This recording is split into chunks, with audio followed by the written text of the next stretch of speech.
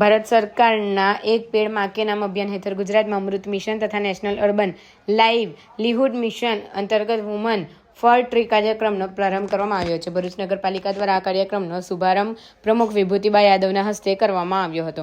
આ આયોજનનો હેતુ શહેરોમાં વૃક્ષારોપણને પ્રોત્સાહન આપવાનો તથા મહિલાઓના સક્રિય સહભાગીદારી દ્વારા શહેરને હરિયાળું બનાવવાનો છે. મહિલાઓના મંડળોને એકત્રિત કરી શહેરના વિવિધ વિસ્તારોમાં વૃક્ષોનું રોપણ અને તેના જતન માટે જવાબદારી આપવામાં આવી છે. આ કામગીરી માટે નગરપાલિકા દ્વારા મહિલાઓને વળતર પણ ચૂકવવામાં આવશે.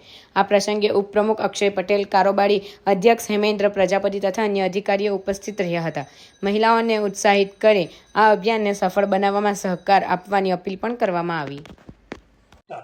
નમસ્કાર. આજરોજ ભરૂચ નગરપાલિકામાં સરકારશ્રીના અભિગમ મુજબ અમૃત 0.2 એન્યુઅલના પ્રોજેક્ટ મુજબ સખી મંડળની બહેનોને પગભર બનાવવા માટે સરકારશ્રી દ્વારા વૃક્ષારોપણનો કાર્યક્રમ કરવામાં તેની સૂચના આપી હતી. એ કાર્યક્રમ સૂચના મુજબ સખી મંડળને બહેનોને બોલાવીને આપણે એમને માર્ગદર્શન આપવામાં આવ્યું, જેથી કરીને વૃક્ષારોપણ થાય તો પર્યાવરણમાં પણ સુધારો થાય અને બહેનો પણ પગભર બને એ રીતનો સરકારશ્રીનો અભિગમ હતો.